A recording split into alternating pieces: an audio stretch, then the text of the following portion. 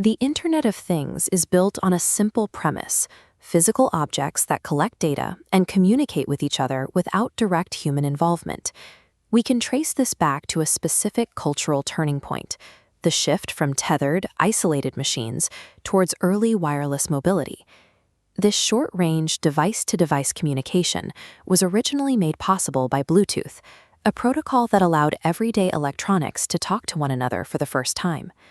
While consumer products made this technology famous, the real utility of IoT is found in building your own wireless nodes to automate physical spaces.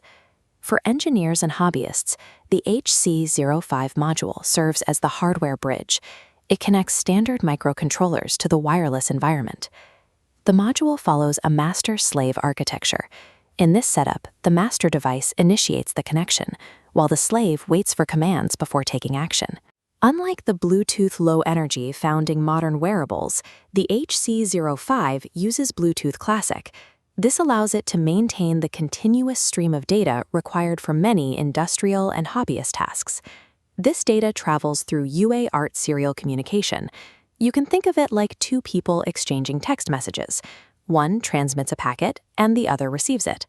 By applying this UART logic alongside master-slave roles, the HC05 becomes a predictable, two-way communication pipe for your data.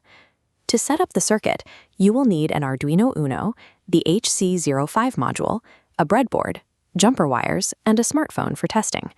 First, we establish power. The Arduino's 5-volt pin connects to VCC, while ground pins are linked. For data, we use a crossover pattern.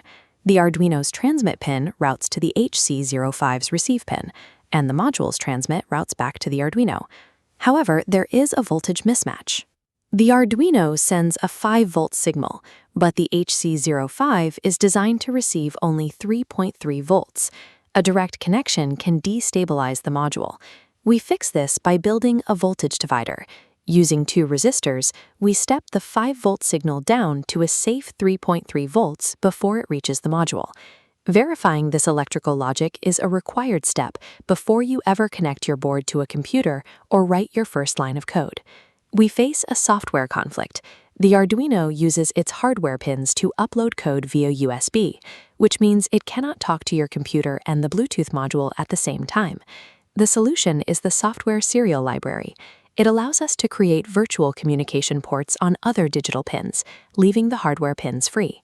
Once the ports are set, the code enters a loop. It checks if Bluetooth data is available, reads the incoming signal, and triggers an action, like turning on an LED. Using software serial also lets you view real-time debugging data on your computer while your wireless module is active, making it much easier to track errors. If you need to change the module's internal settings, you have to enter AT mode. This is a dedicated administrative state used for configuration. You access this by pulling the enable pin to a high state during the initial boot sequence.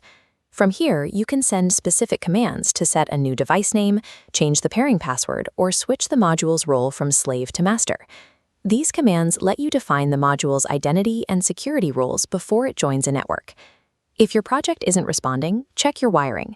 The most common mistake is swapping the transmit and receive lines or forgetting the voltage divider resistors. If you see garbled data in your monitor, your baud rates likely don't match.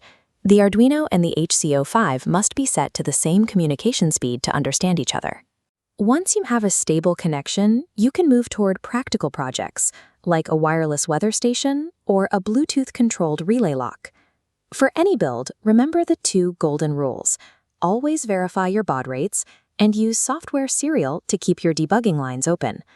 Learning to work with the HC05 provides the hands-on experience with serial communication required to design and deploy your own custom wireless hardware.